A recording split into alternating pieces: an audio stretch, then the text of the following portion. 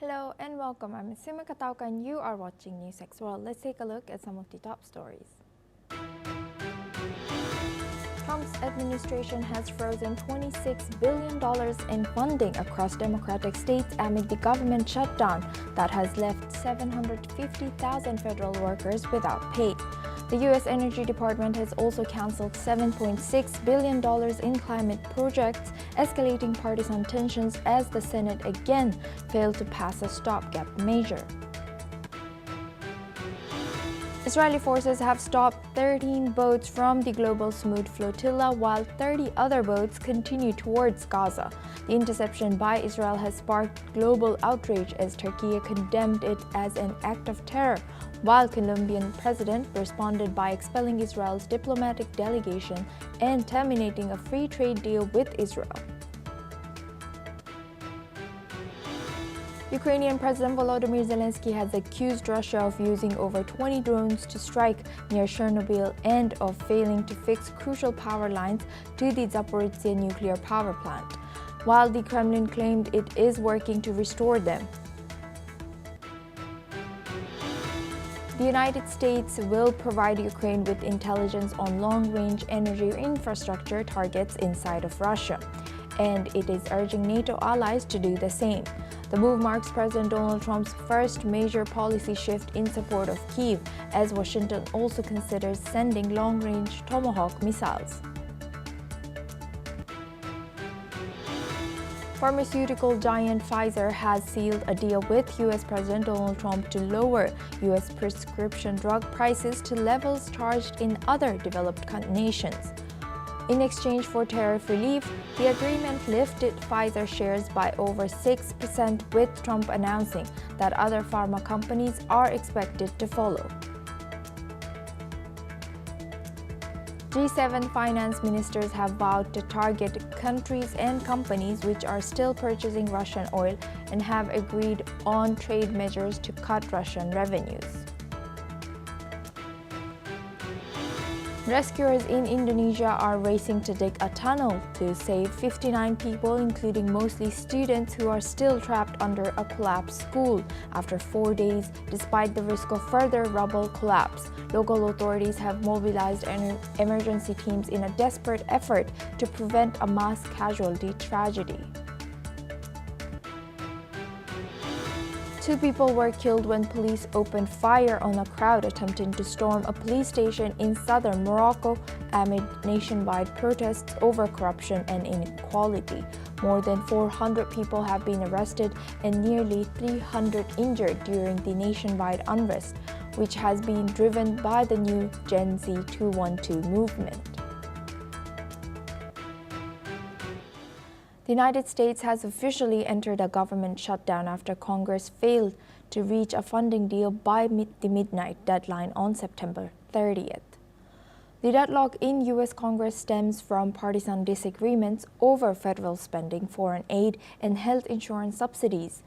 The $1.7 trillion spending bill funds a quarter of government operations, while the remainder goes to health, retirement programs, and interest on the national debt.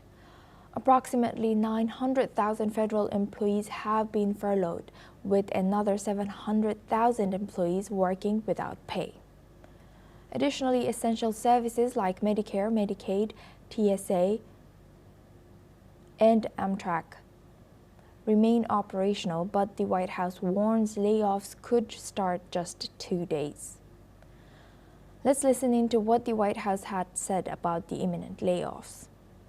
Unfortunately, because the Democrats shut down the government, the president has directed his cabinet, and the Office of Management and Budget is working with agencies across the board to identify where cuts can be made, and we believe that layoffs are imminent. They are, unfortunately, a consequence of this government shutdown. Democrats and Republicans have been trading blame, with GOP leaders calling the Schumer shutdown over health care coverage disputes. Let's listen into what the GOP leaders had said about this in a recent press conference. Democrats could have worked with us in a bipartisan manner to avert this unnecessary and very harmful shutdown, but instead they did something that is rather shocking to us. They prioritize taxpayer-funded benefits for illegal aliens over keeping the government open for American citizens. Rather than work with President Trump and Republicans to get this job done, as our party has done repeatedly in the same situation over the years, Democrats want to play political games with the lives and the livelihoods of Americans. There's still time for Democrats to pass this clean bipartisan bill that's sitting before them, and we encourage our Democrat colleagues to do that. I certainly pray they'll come to their senses soon, do the right and responsible thing. Unfortunately, we are here this morning in a government shutdown that the Democrats wanted. Chuck Schumer, at the behest of a bunch of liberal, far-left activist groups, has walked his Democrat colleagues into a boxed camp. Meanwhile, the Democratic Senate Minority Leader Chuck Schumer has pushed back on the Republican leaders' claims and asserted that extending ACA subsidies to illegal immigrants are inaccurate. Let's listen in. Democrats do not want a shutdown. Today's October 1st, the first full day of Donald Trump's government shutdown. Not $1 of Medicare, Medicaid, or ACA is allowed to go to undocumented immigrants. Donald Trump and Republicans have barreled us into a shutdown because they refuse to protect Americans' health care. Contesting Schumer's statements, U.S. Vice President J.D. Vance has rather accused Schumer of bending to far-left radicals, stressing that Republicans want to reopen the government first and discuss health care policy separately. Let's listen in. One thing to say that we should solve the healthcare crisis for Americans. It's another thing to say that we're going to shut down the government unless we give the Democrats every single thing that they want, which, as Caroline says, includes giving billions of dollars of taxpayer funding for healthcare for illegal migrants. That's ridiculous. You don't have policy disagreements that serve as the basis for a government shutdown. Let's have the conversation about how to fix American healthcare, about how to make healthcare more accessible. As the president showed, he's more than willing to act on behalf of the American people for this very reason. But I actually don't think it's going to be that long of a shutdown. This is a pure guess from the Vice President of the United States, because I think you already saw some evidence that moderate Democrats are cracking a little bit. They understand the fundamental illogic. Now for this discussion, we're joined by Scott Faulkner. He's an head of Eagle Enterprises, a security firm, joins us live from Washington, D.C. Thank you very much, Scott, for joining us again. Good to see you. Now, how shocking is this? How surprised are you, and how is this being taken in U.S. by the citizens there? I think most people figured there was going to be a government shutdown going back several weeks. The issue is the Republicans in the House passed what we call a clean continuing resolution, only about 20 pages long, which was basically just to keep the government open till literally the end of November. That would give time for the 12 appropriation bills to work their way through both the House and the Senate. And it basically keeps all funding at the levels that it is today, plus whatever inflation on top of that. The Democrats basically want to undo what people have called the big beautiful bill that was passed this spring and reverse a lot of the policies there and restore a lot of additional funds that were cut from that with that legislation. So this is a numbers game, but not numbers regarding dollars, because everyone is locked in. The Republicans are locked into their numbers. They're not going to move. The Democrats at this point are locked into their numbers. They're not going to move. It's all about getting 60 votes in the Senate. For people who are unfamiliar with the way the U.S. Senate works, except for reconciliation bills that can only happen once or twice a year under unique circumstances, everything requires a debate, and you need to have 60 votes to shut that debate off. Otherwise, debate goes on forever. It's called a cloture vote. Right now, the Republicans are 5 votes short of that 60. What you have is 53 Republicans, but one, Rand Paul, always votes against budget bills, so they have 52 votes. But then 3 Democrats have already moved over to support ending debate and moving forward on the clean continuing resolution in the Senate, which is, again, the House language. So there's 5 more Democrats that need to break ranks for this thing to end and to move forward. Question is, will any of that happen? There's been a test vote each day, and each vote so far has still showed the numbers in the Senate locked in at 53, basically 55 votes to close debate and 5 votes still needed to end the debate. So until more Democrats in the Senate break ranks, we are in this shutdown for the near term at least. And how does this rejection of the short-term spending measure highlight the deep partisan divide between Democrats and Republicans in Congress? You already mentioned that some Americans saw this coming. Yeah, I mean, again, it's literally trench warfare in Washington, D.C. between the Democrats and the Republicans. And there's really very little middle ground. And the big issues are this immigration issue, that Schumer is technically right that federal funds do not directly fund health care for illegals, but he forgets to mention that states like New York and especially California get federal funds reimbursing for them covering illegal alien health care. And the big beautiful bill, as people call it, closed that loophole back in the spring. The Democrats want to reopen that loophole so that illegals can get health care. So this is a major issue. I mean, literally like a third rail, which anyone steps on it, they're going to get burned. And so it's really what is locking things down. Where the numbers are going to come from is right now 60% of Americans polled blame the Democrats for this shutdown, including the New York Times, which is a left of center newspaper. So a lot of these Democrat senators who may be up for re-election next year during our 2026 congressional elections may decide to break ranks in order to cover themselves, because I don't think this is, the adage is, this is not a hill they're going to want to die on. And now, what are the long-term consequences of this shutdown?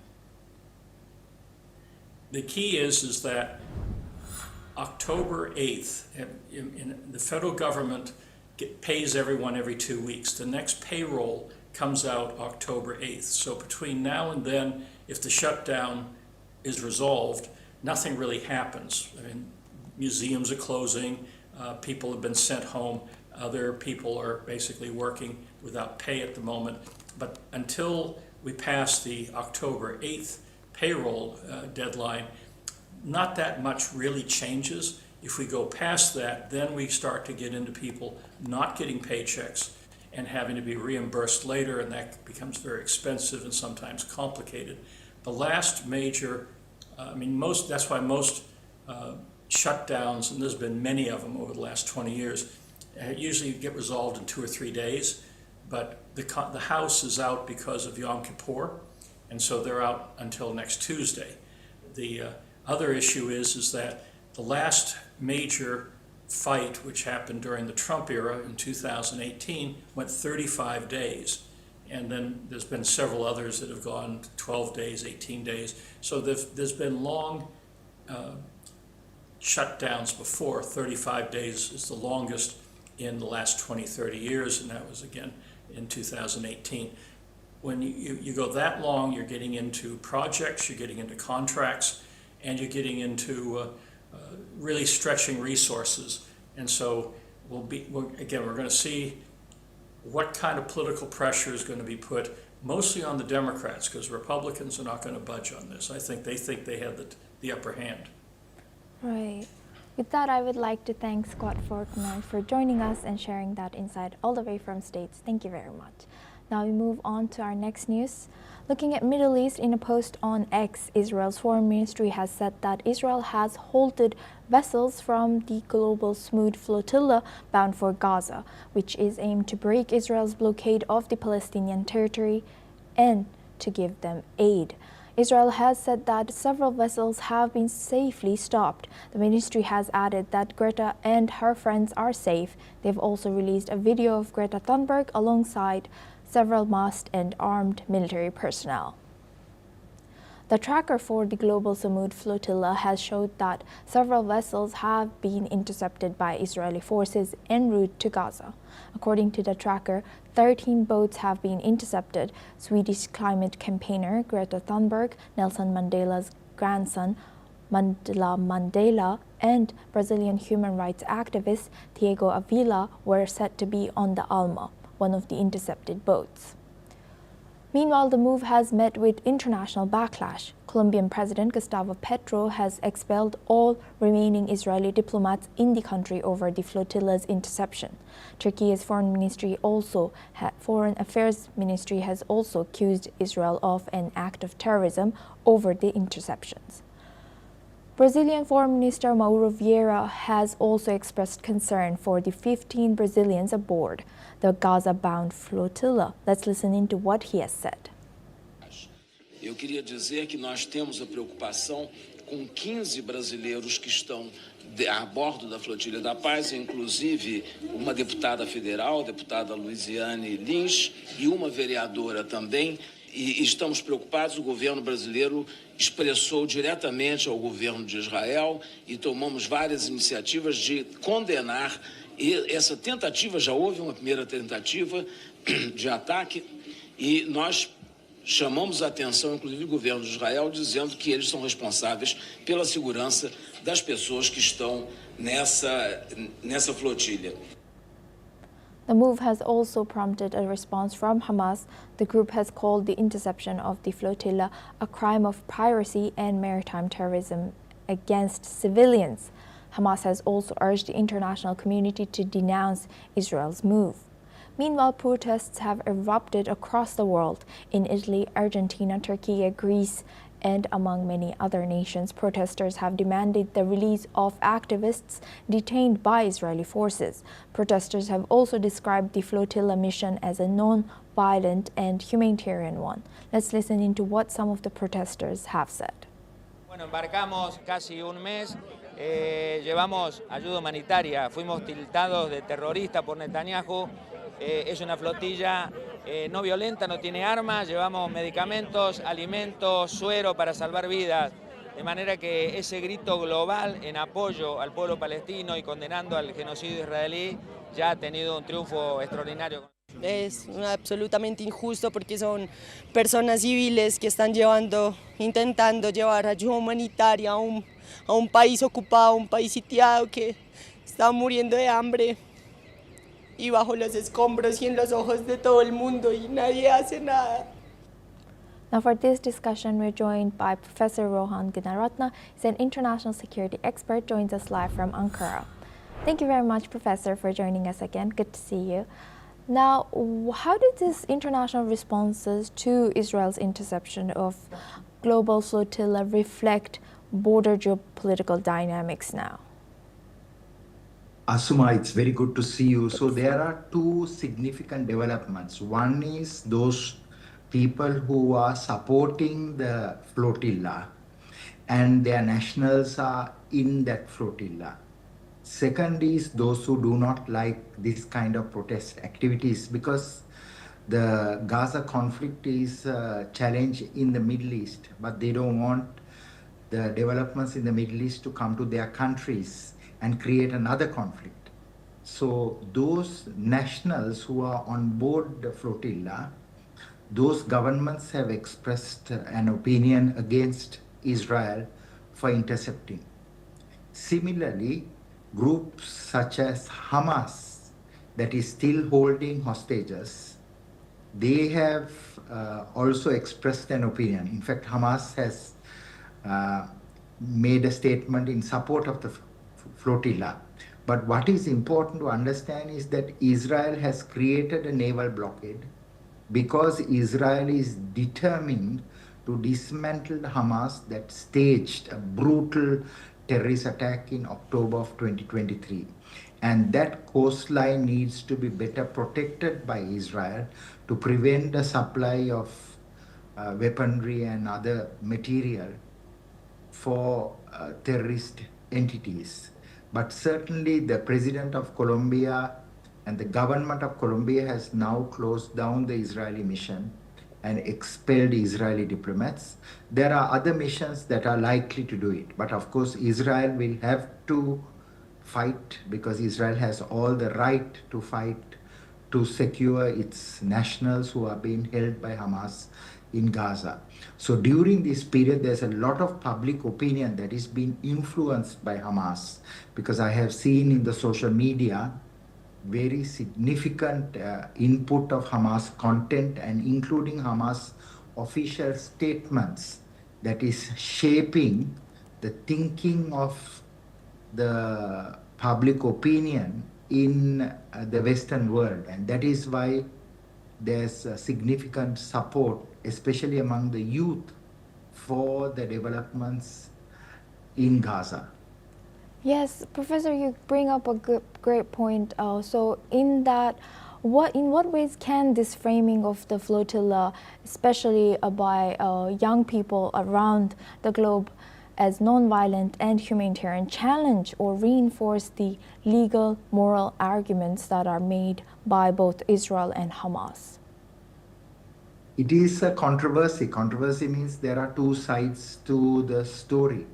So the youth of today, they are very much influenced by the social media. They don't trust the mainstream media. Even the Hamas attack that was staged in 2023, some of them don't believe it. They say that Israel has manufactured this attack.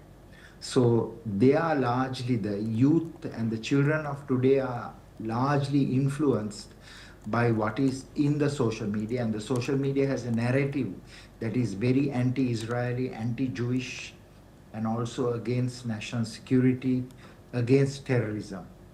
And of course, government politicians are also very much pressured by public opinion, because it is the social media that shapes the narrative, not the mainstream media. And that is why leaders issue statements, leaders do certain things, because they want public support and public opinion. So the flotilla has now been intercepted. Many of the boats have been intercepted, and some have been sunk after the evacuation of the people on those boats. There are some people who are missing, so there will be international focus and international attention on the flotilla. But a number of governments that initially backed the flotilla, including Italy, now they have withdrawn from their initial attempt to escort the flotilla. So within governments also, there's a lot of pressure now from the United States that they should not do anything against Israel, because there is a Gaza deal that is in the making. Right. And now lastly, what are the potential long-term consequences of this flotilla's interception for Israel's relations with other countries? Israel's primary concern is national security. Israel is less concerned about public opinion, although most recently Israel has invested very significantly to tell their side of the story to the world. But I would say that 90% they are focused on fighting Hamas, Palestinian Islamic Jihad, and other groups that are holding their nationals as hostages. And even the recent Trump proposal is very much aimed at supporting Israel's desire to get those hostages released, but also to create a Middle East that is safe and stable. And towards that, there is a very good proposal that has been submitted by the United States. Many Arab governments, European leaders, continental European leaders, and of course the Commonwealth leaders are supporting that proposal. Right. Thank you very much, Professor, for sharing that. Please stay with us as we stay on this topic now. According to Gaza Civil Defense Agency, at least 46 people are killed in Gaza as Israel intensifies its offensive. Gaza Civil Defense says 36 were killed in Gaza City alone. Strikes has also hit central Gaza, killing 4 in Al-Zawaidah and Nusayrat. 2 others were killed near Khan Yunis while seeking aid. Meanwhile, Israel's army confirms it targeted a Hamas militant in the north. Israeli defense minister Israel Katz warns the military is tightening its grip on Gaza City, urging residents to flee to the south. Rescue teams continue to recover bodies from rubble as strikes intensify.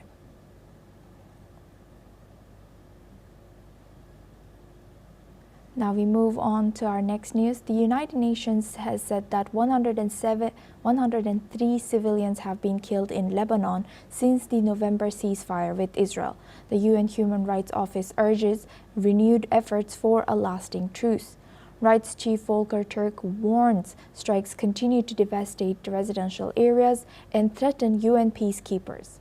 He says families cannot rebuild as schools, health centers, and places of worship remain damaged. In one incident, 5 people, including 3 children, died in Bin Jubail. Lebanon's health ministry confirms another strike killed 1 and wounded 5. More than 80,000 people have remained displaced across Lebanon, according to the United Nations. Now we go back to our guest discussion with Professor Rohan Gunaratna. He's an international security expert, joins us live from Ankara. Thank you very much, Professor, for staying with us. Now, why is no one holding Israel accountable for the continuation of violation of ceasefire between Lebanon and Israel? Israel, once again, is driven by security considerations. Israel has seen the reorganization of the Lebanese Hezbollah after Hezbollah leadership was eliminated by IDF in Beirut. So Israel does not want a build-up of Hezbollah cells and structures in southern Lebanon because it's so close to Israel. And of course, the Lebanese Hezbollah resumed attacks against Israel immediately after the Hamas attack of October 7th. That is, since October 8th, Lebanese Hezbollah has been firing rockets. Although right now, the Lebanese Hezbollah is not mounting an offensive against Israel. Israel does not want the restructuring and the reorganization of the Lebanese Hezbollah. So many of the Israeli attacks are now conducted to neutralize the threat. And the Lebanese government itself do not want the Hezbollah to get reorganized, but they are reorganizing. As of even yesterday, I had read the recent statements by Lebanese Hezbollah. It is praising the attacks that Hezbollah mounted against Israel. So Israel will continue to strike at Lebanese targets. You are right, there is a ceasefire. Despite the ceasefire, Israel continues to operate in Lebanon because Israel is most concerned that there will be another attack against Israel from Lebanon. So this will be the modus operandi of Israel in the foreseeable future. Wherever they see a threat, whether it is in Yemen, whether it's in Syria, whether it is in Lebanon, they will strike and dismantle it. And lastly, Professor, how does this continued violence in Lebanon impact the broader stability of the Middle East? Lebanese stability and security is very important because it's one of the most important countries in the Levant. And also the new Lebanese government, the Prime Minister and the President, both are opposed to Lebanese Hezbollah, but they are also under very significant pressure from the pro-Hezbollah Shia community. So they are having a big challenge. The United States is, of course, helping. US is training and equipping the Lebanese army so that Lebanese army will be able to take control of Lebanon and eventually dismantle the Lebanese Hezbollah, because Hezbollah poses a threat not only to Israel, but also to the Lebanese government. Thank you very much, Professor Rohan Gunaratna, for joining us and sharing that insight. Now we move on. The death toll from the powerful earthquake in the central Philippines has risen to 72. The Civil Defense Office has confirmed all fatalities are in the Visayas region. Nearly 300 others were injured. The 6.9 magnitude earthquake struck off Cebu late Tuesday night. It has damaged bridges, power lines, and several buildings, including a century-old church. Authorities say rescue operations continue as aftershocks remain a threat. The quake is now the deadliest in the Philippines since 2013, when Bohol was hit by a 7.2 magnitude tremor. This is all we have time for. We will continue to bring you more news updates from around the world.